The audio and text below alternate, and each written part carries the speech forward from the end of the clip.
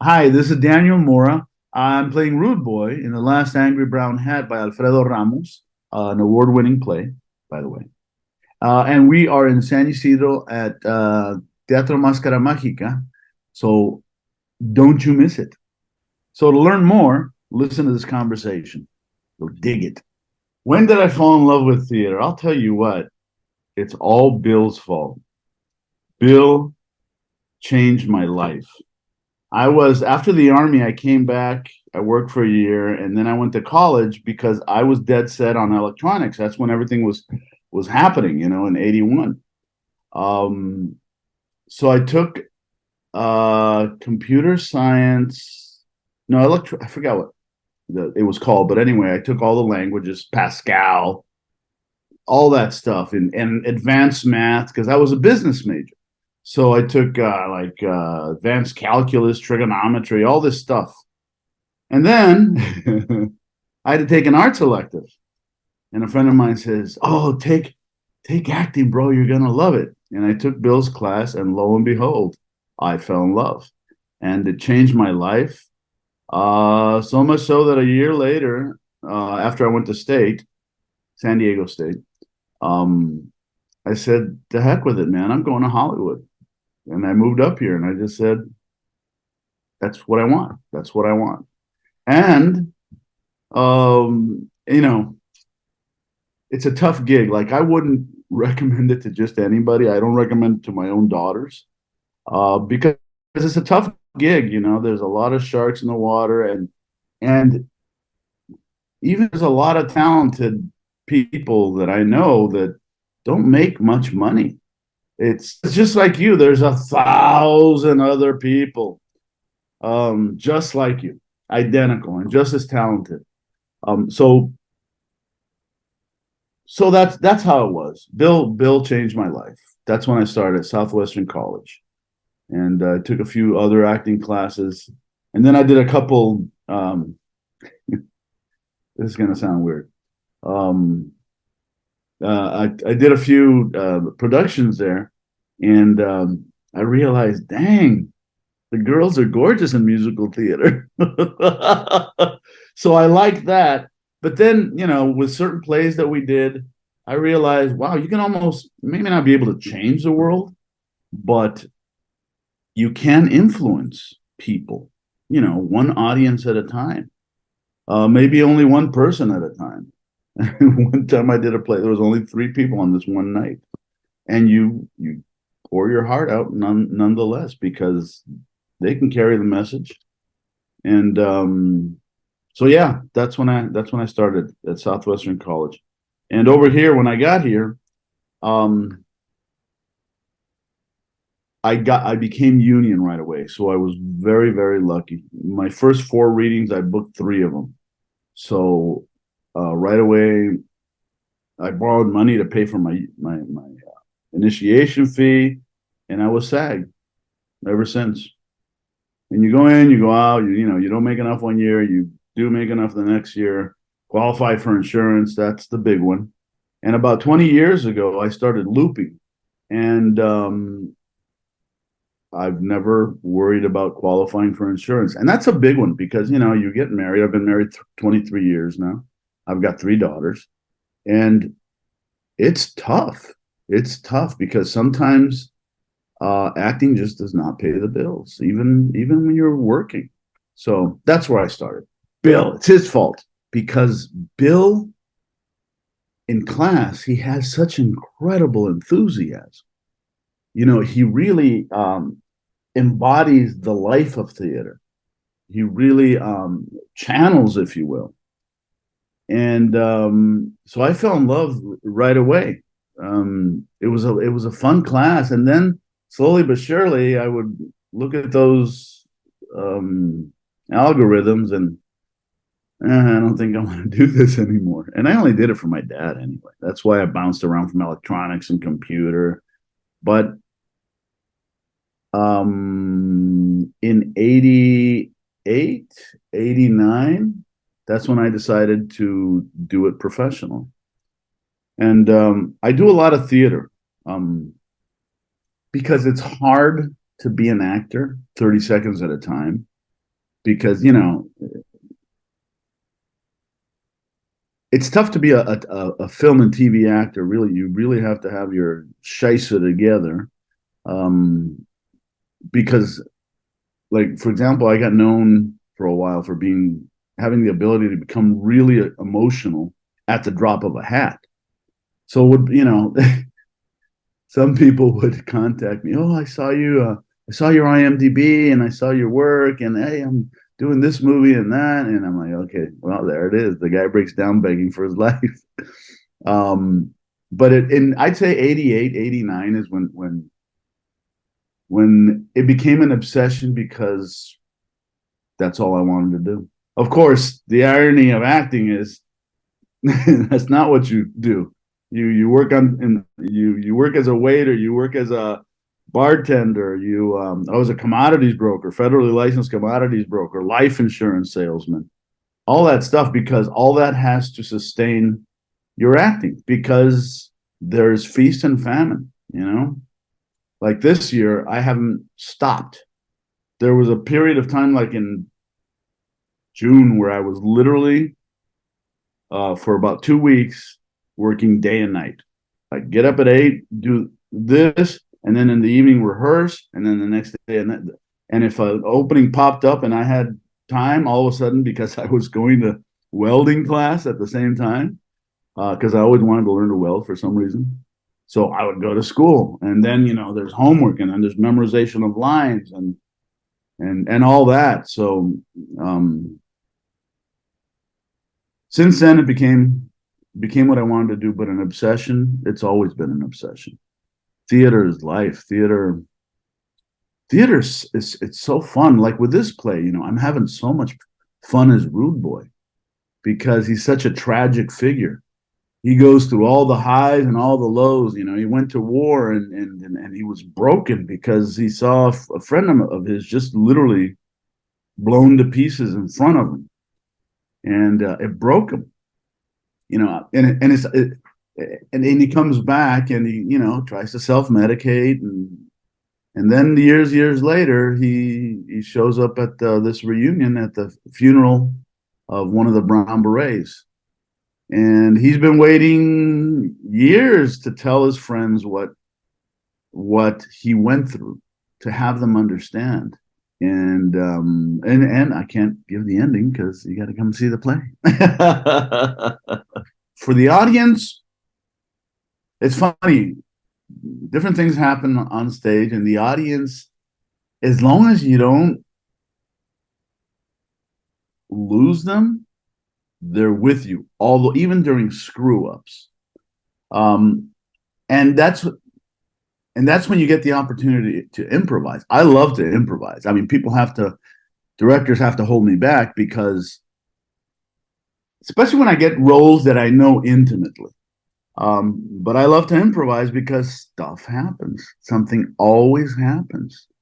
And those are the fun ones. Those are the ones you'll tell your grandchildren, and you tell all your friends. Like one time I'm doing a play, it's called La Neve y la Otra, and all of a sudden the lights go out, and I play a raging queen in this, and I had such a good time because I had to let go of all the garbage in my mind and in my spirit, and just do it with all my soul.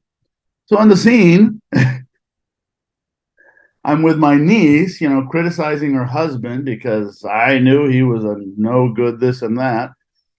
And she learned the role. That day we did it in Spanish. She learned the role by rote. She didn't speak Spanish. So the lights go out, and it happens to be at the moment when I'm talking crap about her husband. And I look over and I say, see, he can't even afford to pay for the lights, you know. And then I went on for like 3 minutes, and the director's running everywhere, checking all the connections to see what happened. So I had to improvise for about 3 minutes. I made up a whole world within the world and the character. And then finally the lights came on. Well, everybody was noticing the director running around like a madman trying to check all the connections. So I got a standing ovation in the middle of it, in the middle of the play. And And oh man, I could go on forever. I've got so many of those. But that's the only one I hate is when you drop a line and you know it's you, and literally you feel not only the eyes of every single person on in that audience, you feel the weight of the world on you. You feel as if the whole world is, and then because you drop this line.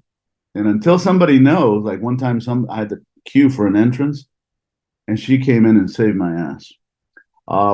Another time I just started throwing lines out. So they were terrifying. And I've had near fatal moments in my life. One of them with a parachute, twice being pursued by cops, and that's a long story. But I've never been as terrified as when I dropped a line on stage. And then you go on, and then tell the stories. But that's theater, man. That's theater. It's walking the tightrope. You never know. You never know. Well, why it's very easy because Bill's producing it, and he's a very, very good. He's my first director. He's my first teacher in the arts, and I love him to death. So that was very simple, very easy. When he said, "Hey," I said, "Yeah." Now, when Fredo wrote the play, it was part of a contest for Disney, I believe. And the first prize was they would have a professional production of the play. And I saw that production I believe in '93 at Plaza de la Raza over here in Lincoln. Is it Lincoln Heights? Yeah, I think it's Lincoln Heights. And I just fell in love, and I was blown away by the overall arching message and the intimacy and the moments between the characters. They're so intimate. Excuse me. And the micro and the macro of it, like between the characters, the relationship, even the relationship to the dead guy, Frankie. They're so well done, well written, well rounded, so real. And this play is very real. Everybody. I've done. This will be the fourth production of it because I love it. And we always get standing ovations. People connect to this play. In Chicago, we just did it right before COVID, where I met my first ghost. By the way, the ghost got so excited we saw him 2 nights. We'd have a Q&A afterwards because it was brought just that one weekend, and everybody either had an uncle who went to Nam, their dad went to Nam, they're veterans, or somebody who was a brown beret or knew a brown beret, or it was such a tumultuous time. I remember one knew a Black Panther at the time. So it's just the whole world was kind of like today. So it just really, really moves people. And that's why I love the play so much.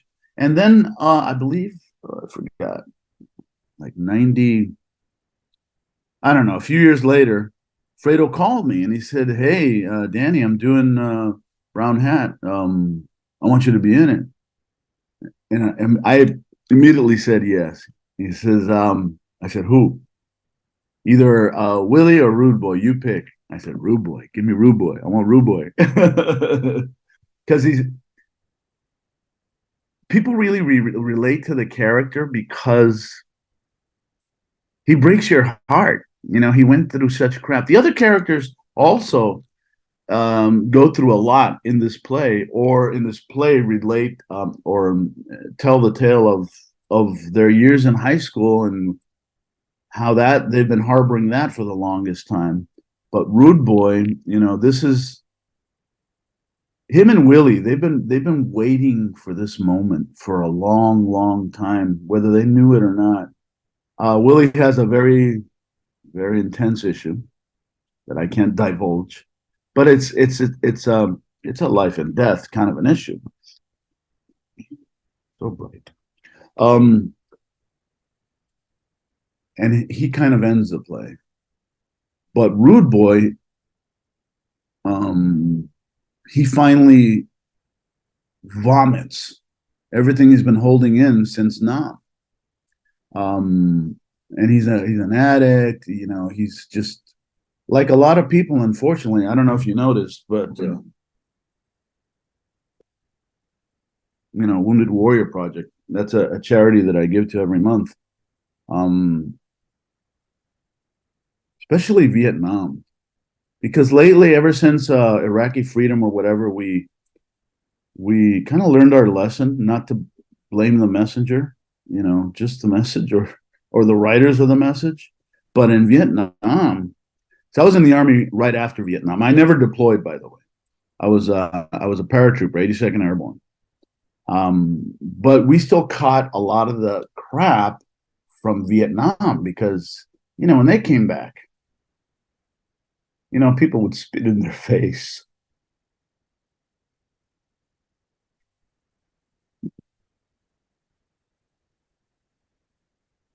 They went through what they went through, and that's how people received them. And my Uncle Abe, he was a Vietnam vet. And it was funny, he always had a bump up here because he got with it. He did like 2 or 3 tours, actually. He got hit with a grenade, and at the time, they couldn't pull the piece out without creating further damage. So they just left it in there. He always had a big bump here. And he was this big, gregarious personality. He was just the greatest guy. And I think that's part of also what broke him, because when he came back, they probably spat in his face. I mean, my character, both my Uncle Abe and the character, Rude Boy. So he's been carrying all this crap forever and a day, and he finally gets an opportunity to tell the guys what happened. Because everybody has a reason in this play to make themselves understood. Louis has a deep, dark secret that he kept from the guys. Willie has one that he's been keeping for years. So does Jojo. Jojo is more like the character who's in denial. He forgot it just because he went to Harvard all of a sudden. And, his character choices are his character choices, but it's like he's in denial,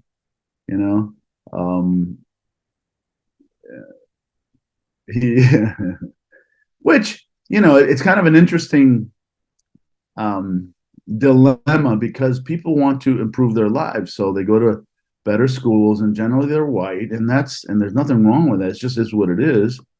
And then they better their schools, and they kind of pull away from their roots, from their origin, from who they were at one time. So that's his thing. But Rude Boy, he's just, why am I such a loser? And he admits it I'm a big time loser. He wants to be understood. He wants people to know what he went through, why it affected him the way it did, why he is who he is now. He just wants to be understood. And that's one of the great things about this play is it gives each character equal weight. They all have their moment in the sun.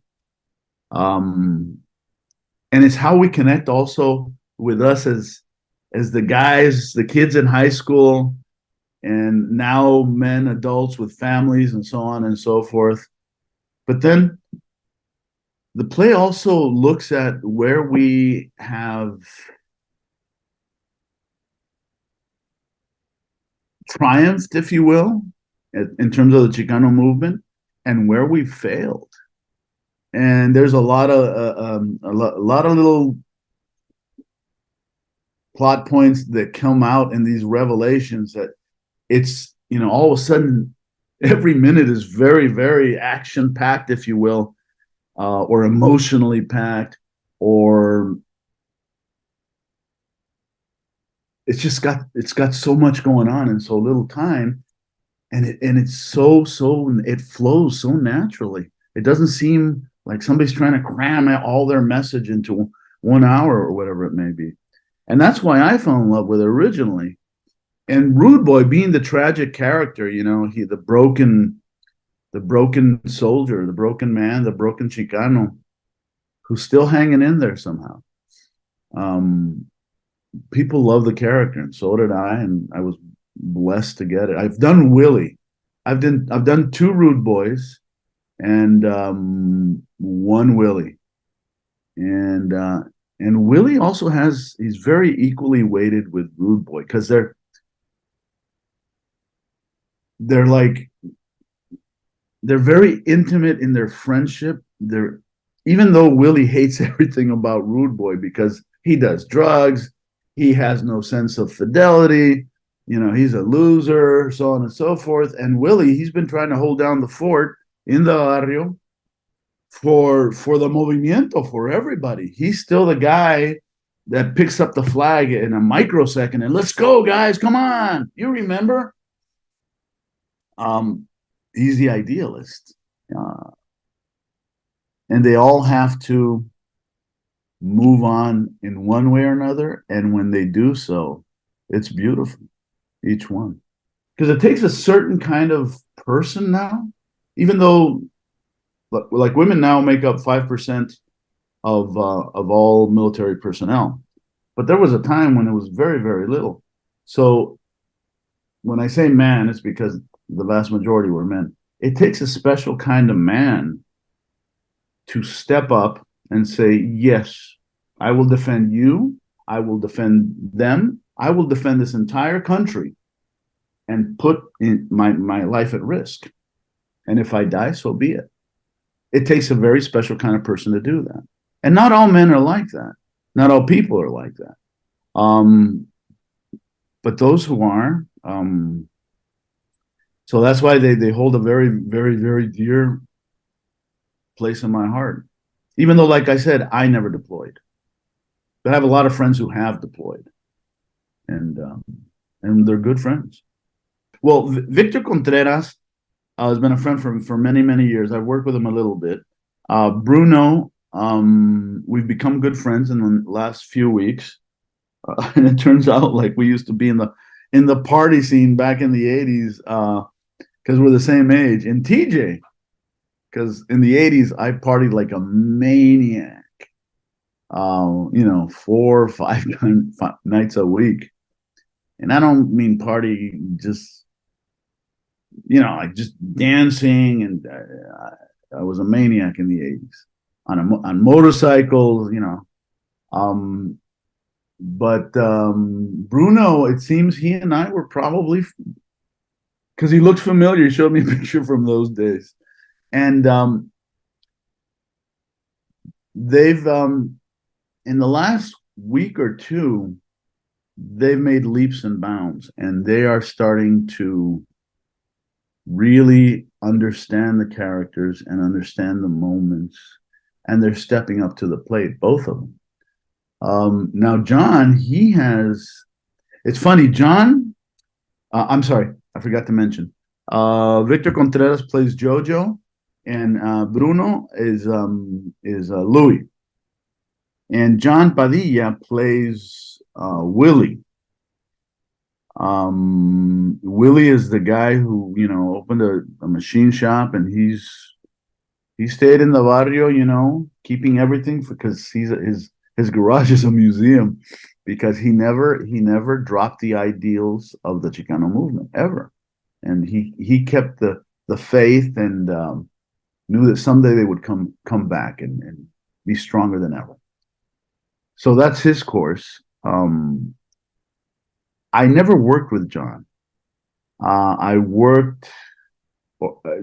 did plays at Southwestern, and I had met him, and I saw him in a couple. I saw him in 9, and I forget which other. And I always had great respect for not only his acting, I mean, not only his voice, because he's got an incredible voice. Have you ever heard him sing? Oh, well, He's got an incredible voice, but he's a fine actor. So we've had a chance to really mix it up, he and I. And I've been kind of not holding out, but waiting for that for a long time. And we finally got the opportunity to work together. And it's been an absolute pleasure because I've been a fan for a while. And he and I, the characters have very interesting moments in this play. And it ends on that. I shouldn't give the end. On that type of moment. There's moments, and there's a great moment at the end. All endings are that way. But the characters they're very contradictory because Willie is the he's the rock of the neighborhood, of his life, and who still embodies Chicanismo. And my character, he's a drug addict. He's just, it's always getting kicked out of some girl's apartment, because he can't hold down a relationship. So they're completely contradictory, yet they're kindred spirits somehow. And it's evident during the play. And then they're polar opposites, and they completely repel each other. And it's wonderful to see that back and forth, and that it happens so flawlessly. And that's what I love about Fredo's play. To me, it's the best play I've ever done. And I've done like 3 Shakespeare plays. And, he is a master too. But this one, it just speaks to me on all levels. Like I said before, on the macro and on the micro. It's a wonderful play. Well, there's a little something for everyone. And it's hard to really speak about it without giving away the plot points. Because there is the teacher who went back to the barrio and gave back. And then there's the screenwriter who is highly educated, but in denial. There's the regular working guy who's married, and just a regular guy, just a hard-working man, a simple man. And then there's the vet who lost his shit. I don't know if I can cuss. I'm sorry. Yeah. There's some cussing in this play, but having done so many productions and with different audience, we took it to Chicago, we took it to Minnesota, here in LA. The original production went everywhere. Smithsonian Institute, Wellesley College. They went to Harvard. It went everywhere. And everybody, like I said, in Chicago, everybody had their own anecdotal evidence of their lives and how it's touched them. But everybody relates. Everybody relates because the characters are so different. And yet you see how they naturally progressed into who they are now. So it's a very diverse play too. Even though it's all Chicanos all the time, it's very diverse in the characters and the plot points, and everybody can really relate to it. You don't have to be Chicano or even know one, because people go down their own paths.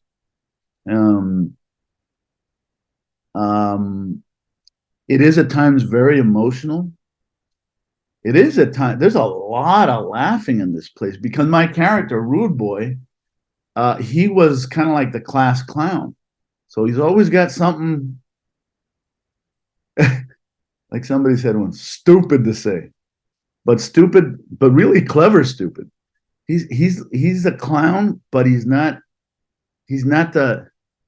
he's not the butt of the joke, and he's wise enough to know when he is the butt of the joke to just let it wash off him and come right back with a bigger zinger.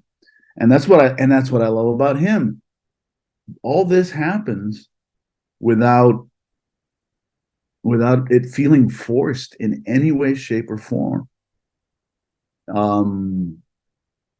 So yeah, I think everybody, regardless of who you are, can relate strongly to this play, because it doesn't have to be Chicanos, you know. It could be blacks with their idealism in the chaotic '60s. Anybody, whites, because like I said, it's on the macro. It's all about the movimiento, but it's also about just relationships amongst good friends. And here's the kicker: the dead guy. There is that. Frankie is so present in this play that you'll think there were 5 characters. And when we take the bound, there's only 4 of us. Some people may think, so where's Frankie? Because he's so present, because of all the relationships that he had with everyone as a friend, and then with the group and the movement. And that's another marvel of this play that Fredo conjured up. It's like the dead guy, you'll never forget his name. As a matter of fact, when we were in Chicago, I saw a ghost. I don't know if you believe in him. It doesn't matter. I was always like, yeah, sure, but not really convinced.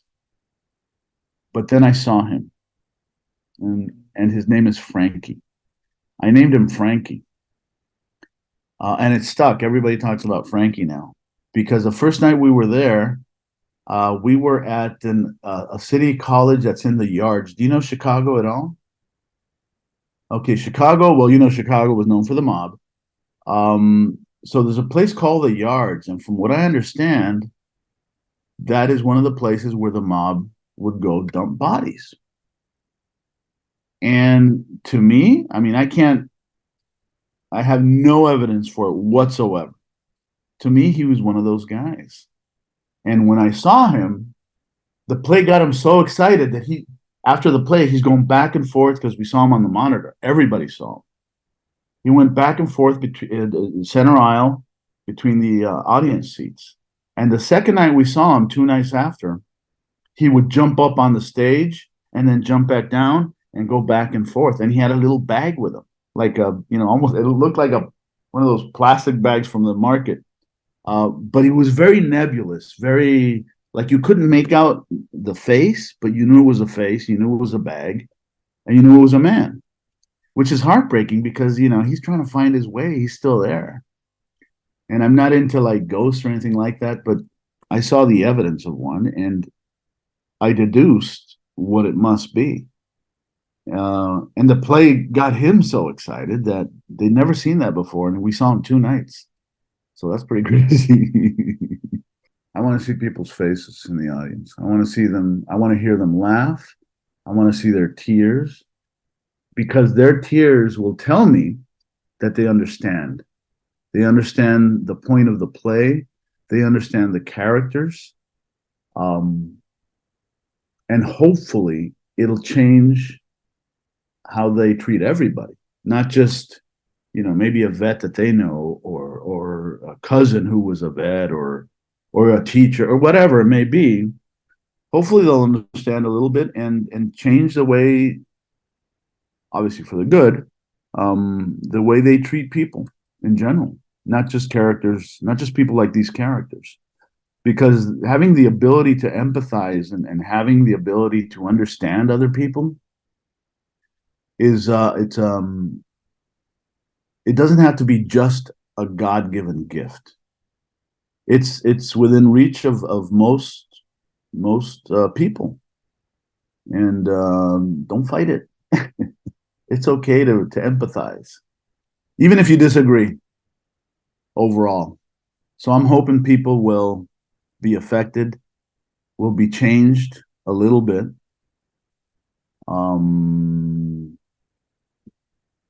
And it's only one weekend, so I can't say, and tell your friends to come next week. But when it ever pops up, hopefully they'll tell their friends to go see it because they're going to have a good time. Like I said, emotionally, it's an incredible roller coaster. Because it's a fun play to watch, and because hopefully they'll empathize, and there's nothing wrong with that. They'll laugh, they'll cry, they'll be really glad they saw this play because Bill is a great director. He's done wonderful productions, and he still likes to have fun, and his productions show that. And like I said, the theater is the people. Like we just lost the San Diego rep. I did a play there. Did I do a couple? I forgot. Because he really puts on plays that speak to us. Obviously, Teatro Máscara Mágica, it speaks to the Spanish-speaking population, but not just. He does it in such a way that you don't have to be a Spanish speaker to watch and love the production. So it's a great entity because Bill's a great guy.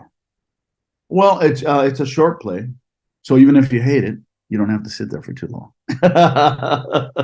But you won't. The theater, I never worked there. It's I think it looks like a converted church or something like that. Yeah, but it's really cute. It's very intimate. It's very intimate, and that's another thing. Um, this is a big play, and it's a small play at times, and I think the space is perfect for it. Because like I performed at the Fresno Auditorium, 15,000 people or something like that. Is that what it is? I forgot. Anyway, I've done big venues, and people still get it. Like I remember when we were in Fresno, it was a comedy. It was a straight comedy, and you'd set up the joke, and they had to get it way up there in the mezzanine, and then you give them the punchline. It has to get there. There's a little bit of a lag, and then they laugh, and you have to hold for the laugh. Otherwise, they'll miss the next line. In most theater, you can just wait for it to die down, then jump in with the next line. This thing had a lag on it, like when reporters, report, and you hear the anchor ask them something, and they just for a couple seconds, and then they respond. It was that kind of a thing. But this space, it's right there. You're a part of the action almost. So it's very intimate. You'll dig that. It depends on the actor. Most actors just want to be stars. I wanted to be a star. That's why I came to Hollywood. But then it morphs, and then I just loved performing. Bill switched something on in my mind and my soul that I still to this day espouse. Having fun up there within the confines of the character and the moment. You can be serious and have fun. But every actor will have his own motivation. Some people, oh, you're so good looking, or you're so pretty. You should be an actor. Oh, really? And they follow up on it. The only problem with that is if that's your motivation, well, you've only got a few years, and it's tougher for women because there's less roles, statistically, as they grow older. Although I know some women who are wonderful actresses, who are my age or older. So they really have the gift of performing, but the calling for performing. It really has to be a very strong calling. It's like my wife, she's an RN. I don't know how she does it because she has to put up with sometimes a lot of crap because people are in pain or people in distress or people are diseased or whatever it may be.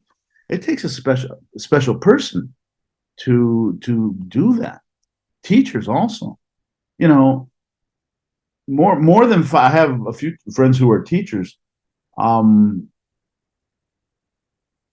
and it seems more and more that the tough part about the gig is not the kids, because kids are kids and some are jerks and so on and so forth. It's the administration and the parents pressuring the administration and all these other pressures that they shouldn't have. They should just be able to teach. Of course, there's bad teachers too, but they get weeded out. So you have to have a really special. And I taught, not taught. I did a program in San Diego once from the Old Globe Theater. It was called the In Schools program. We would go to schools, high schools, junior highs. I'm sorry, because it's the most difficult time in a person's, their teens or preteens. They're very insecure, so it's a really tough time. And a lot of them don't relate to academics. They don't relate to sports. But all of a sudden, theater gives them an outlet to speak, to be heard, to be understood. And it's transformative. We had kids that were getting D's and F's, getting B's and C's all of a sudden because somehow something got turned on in them. And you don't have to be an actor. We all act, at different times of our lives. Like I said, I'm the husband sometimes. Sometimes I'm the narco. Sometimes I'm the killer. Sometimes I'm the father with my daughter. We're all different people at different times. So different people will have different motivations. At first, for me, it was the girls. But then I really, really dug it. I dug the living crap out of it. And one thing led to another and led to another. And I came here and then I starved for a while. One time, literally, I'm looking for pennies in the sofa cushions because I didn't have any money. Nothing. So you really have to have a strong calling to be an actor because you're so good looking, you should be an actor or actress, will only last so long because you're not going to be young forever.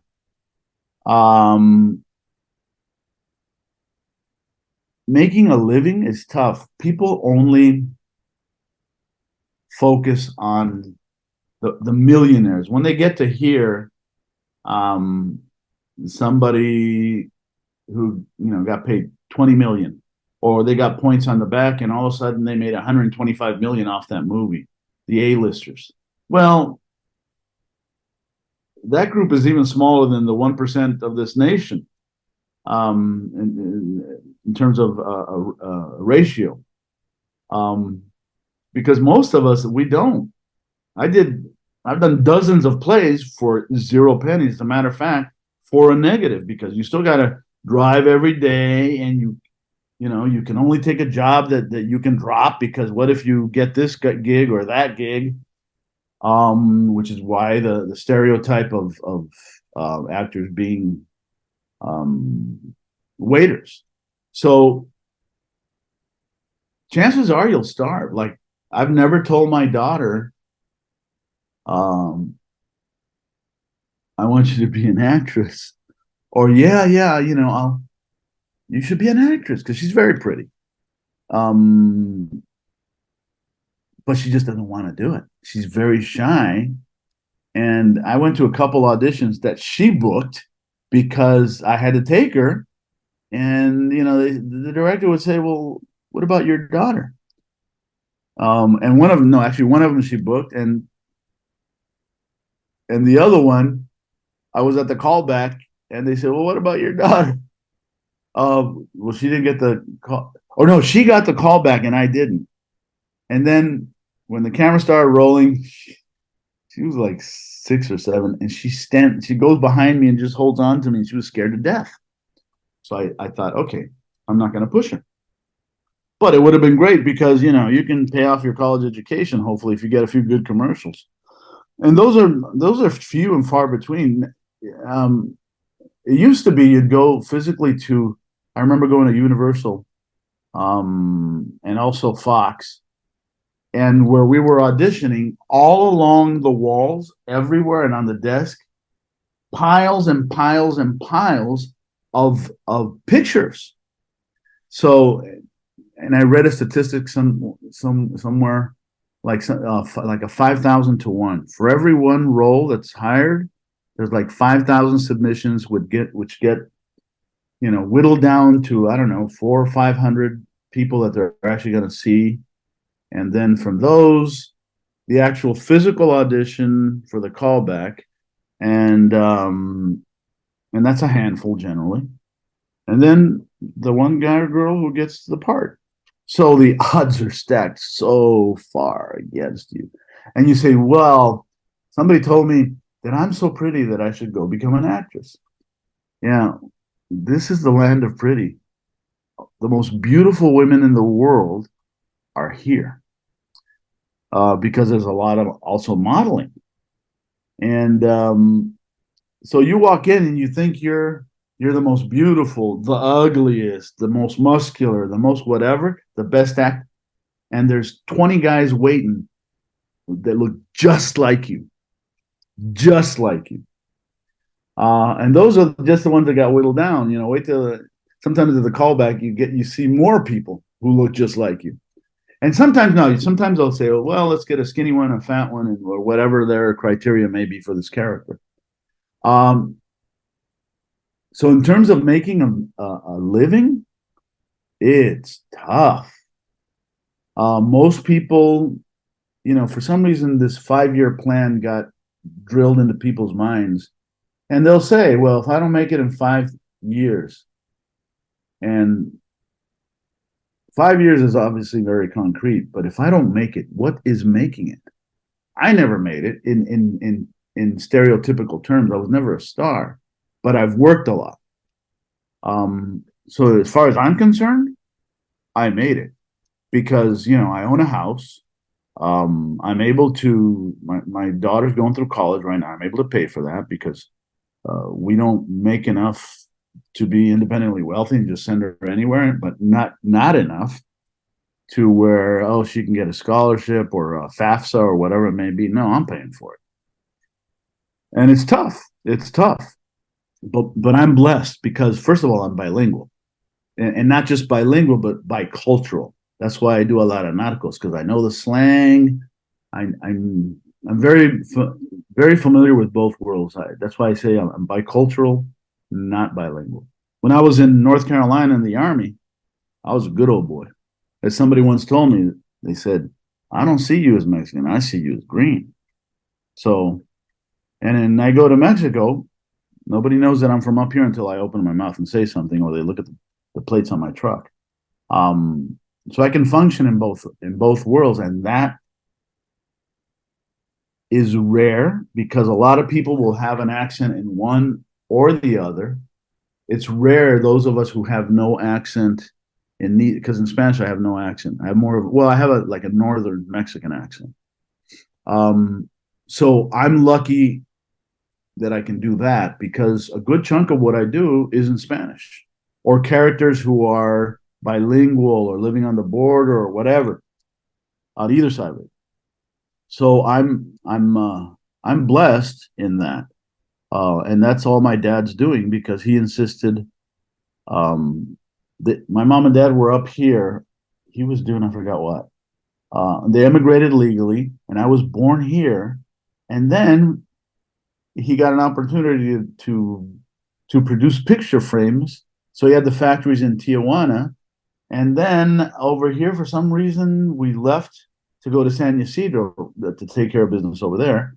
And then he was defrauded and lost everything. So one of the factories, we were able to turn it into a house, or he was, and we lived there. So I grew up in both countries. I went to kindergarten and first and second here, and then third, fourth, fifth, sixth, and first of secondary in Mexico. And then I came back here to high school, and then I went to the Army, and then I came back here. and then I lived in Tijuana for a few years, and then I came up to Hollywood. So that's rare. Most people don't have that opportunity. I know a few who you don't hear an accent in either language, and more importantly, they have the cultural connotations and everything they say. They also can relate to things that in both countries that some people can, most people can't, because it's either one or the other. So I've been blessed in that sense. I'm very lucky. So mom and dad, make sure if your kids know Spanish or you know Spanish, don't let them be lazy. Yeah, because also being bilingual, I don't know if you know this, but it opens up your mind to be a better mathematician and a musician because you're used to dealing with different patterns. I can do most math in my head because I'm used to making sense of both languages in my head. And that's, like I said, that's rare. So it's tough. It's very tough.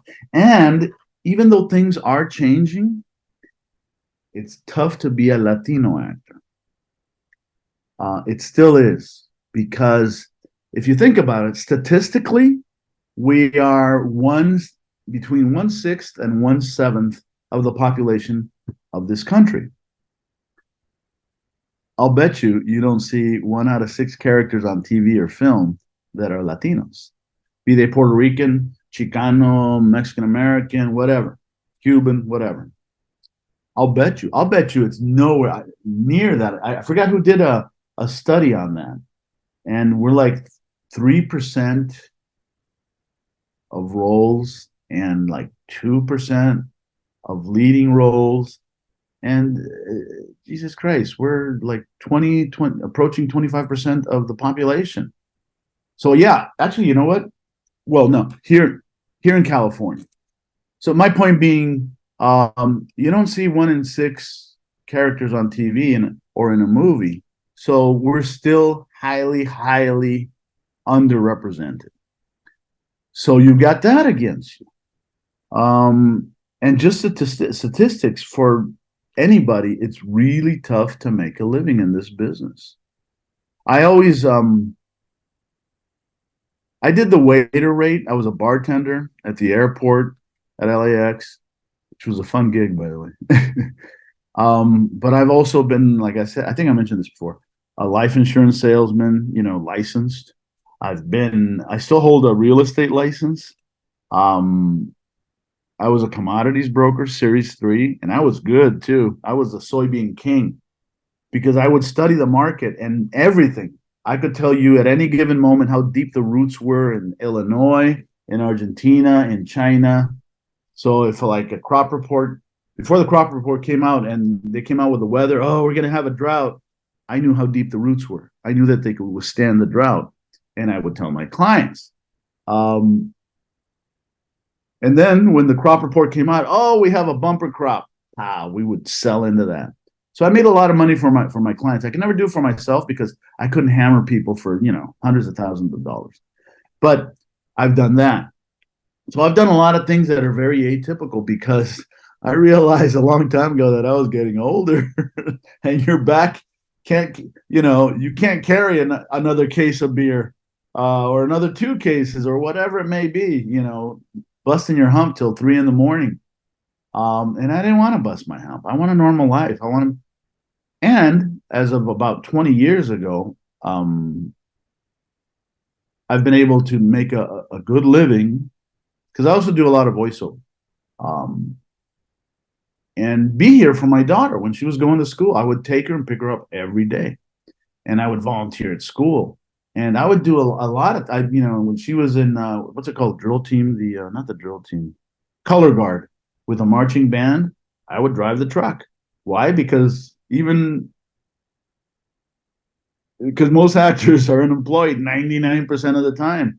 So I was able to really enjoy my daughter's youth and to see her grow up and be a very, very big part of that because, like my wife, for example, she's a 9 to 5 Monday through Friday. She's a nurse.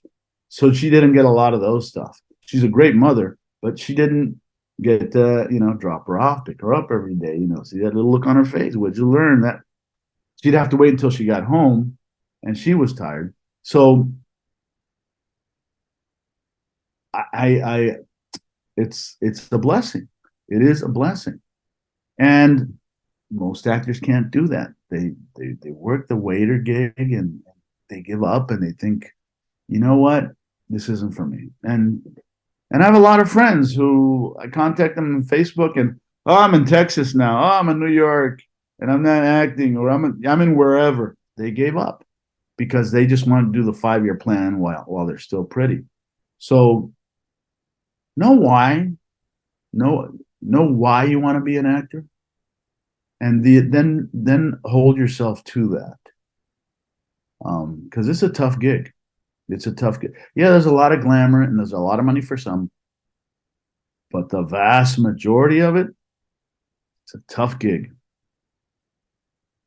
Hi, this is Daniel Mora. I'm playing Rude Boy in The Last Angry Brown Hat by Alfredo Ramos, and we are producing it next weekend at Teatro Máscara Mágica in San Isidro.